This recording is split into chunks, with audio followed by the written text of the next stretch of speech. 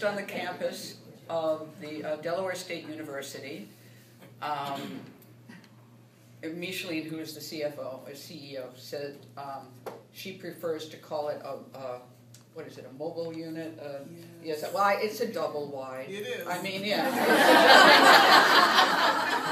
Truth be told. Yes, it's a double wide, and they were very excited. Better than a single wide. Better than a single wide, exactly. And they were very excited the last few months where they were actually able to afford a second microphone in the studio. We are still building, and it's kind of exciting because once I found out that there was a station that was going to do Delaware stories for Delawareans, as well as be a conduit for Delaware to the network, so we stopped becoming the butt of too many jokes.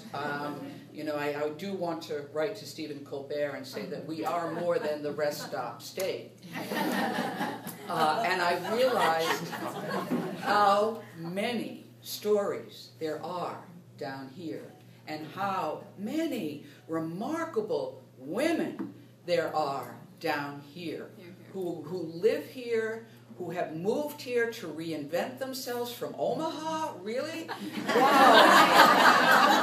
I thought it was interesting that one of our political reporters, who is based in the Delaware legislature, he actually has a place in what they call Legislative Hall, is from Idaho.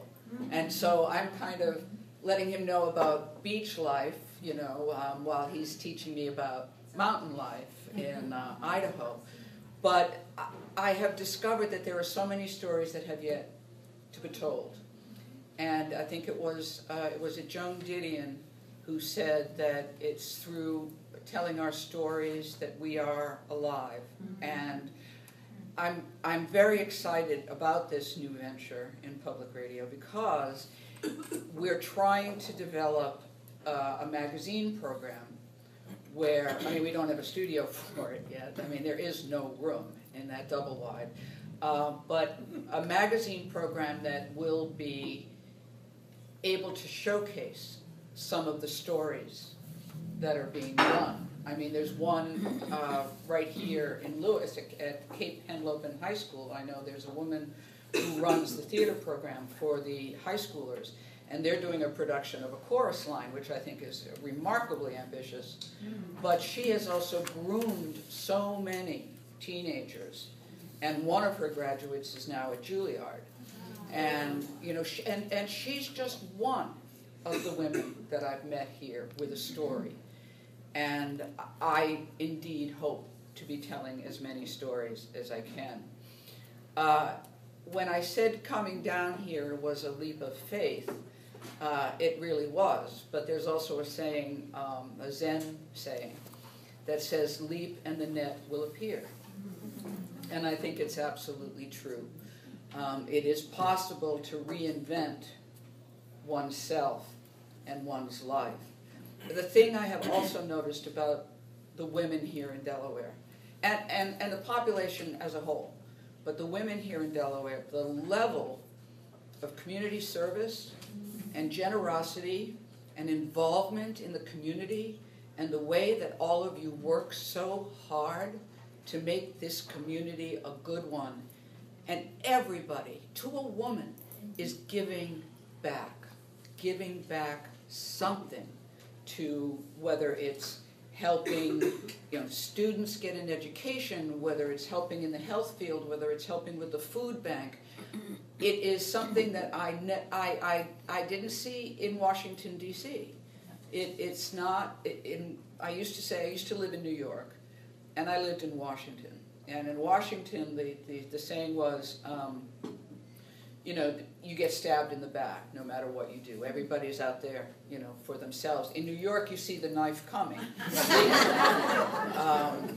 But I haven't seen any knives down here at all, because it is of a community that supports each other and makes this place a better place. I did work hard to get where I am, and I took a lot of risks. I I knew if I wanted to make it as an actress, I would have to get a day job. My parents were kind of upset when I wanted to major in theater when I went to the University of Hartford and was told in no uncertain terms, no, you are going to, you need something to fall back on. So I took a year in the business school. To say it was a disaster is economics, went right through me. Marketing, I learned a lot. I mean, I used to think the law of diminishing returns was, you know, when you go somewhere and then you come back, it always takes a shorter, it feels like it takes a shorter time to come back. That's what I thought law of diminishing returns was. And I had an accounting class where I was the only woman in the class. And this is like 1969, 1970. And when my accounting professor came over to look at my work and said, that's close enough, I realized I did not belong in the accounting class. So I studied theater, but I knew how to type. And that's what gave me a living for a very long time. In the 60s, I worked in an office as a file clerk after school at a time where women were not allowed to wear pants. Now, if you're